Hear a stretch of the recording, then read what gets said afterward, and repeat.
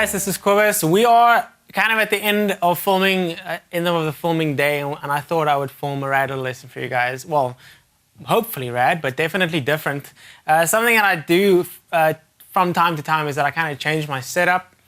I find that if you change your setup, then it really makes you think differently. It really forces you to think differently. And so the first kind of step to that was that, as you guys can see, I'm playing on a 4-piece. I'm not playing on my usual 7-piece.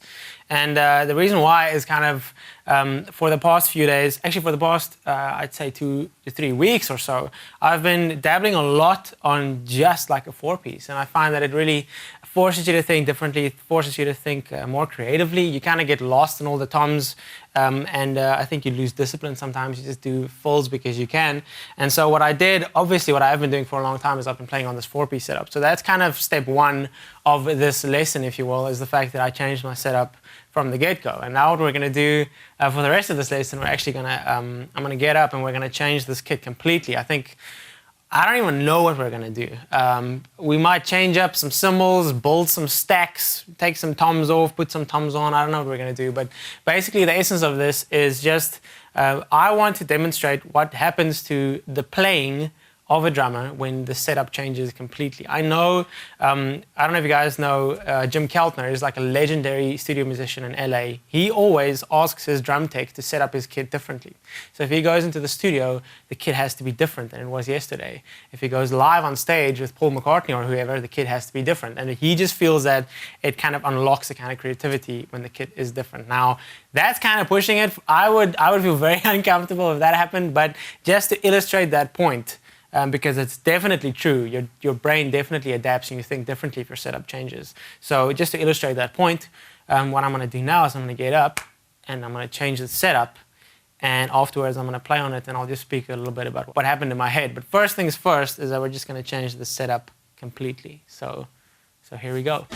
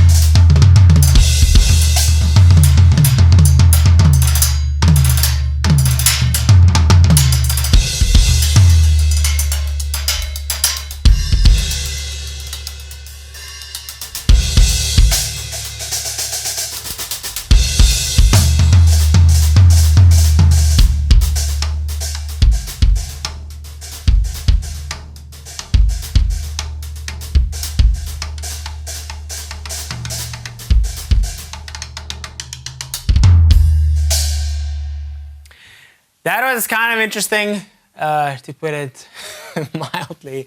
That was really interesting, actually. What we changed was that we switched the snare of the floor tom. So no snare, but just the 14-inch floor tom. Snare on my right-hand side. The small tom stayed where it was. The ride stayed where it was, but my 18-inch crash went underneath it, which actually sounds awesome. Like, I love the sound. It sounds like a big pair of hats.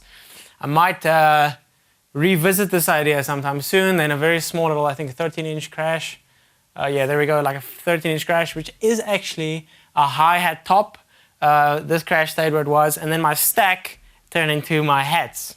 So, big change. The biggest change, obviously, is the fact that I don't have a snare in between my legs. I have a floor tom. So, what happened with my brain, especially with regards to this, was that instead of going boom, ka, boom, ka, I was hearing boom, boom, boom, boom. Like, it was this weird sound, but for some reason it actually does sound really cool.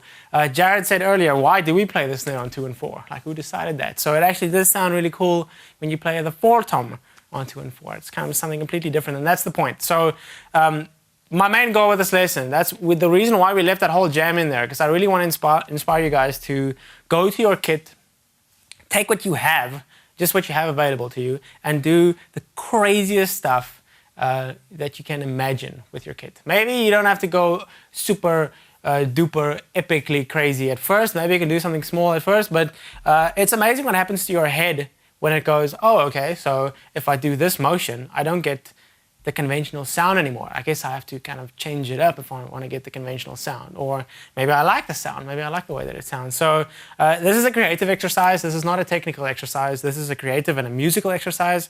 What happens in your brain is awesome. And I don't think you can ever be creative enough. So actually something like this, you would have to mess around with much longer than like 10 or 15 minutes, because it's really interesting what happens. But like I said, it would be really cool if you guys could just take some ideas from this and take it to your kit. Actually, don't take any ideas from this. Go to your kit and do something crazy and new.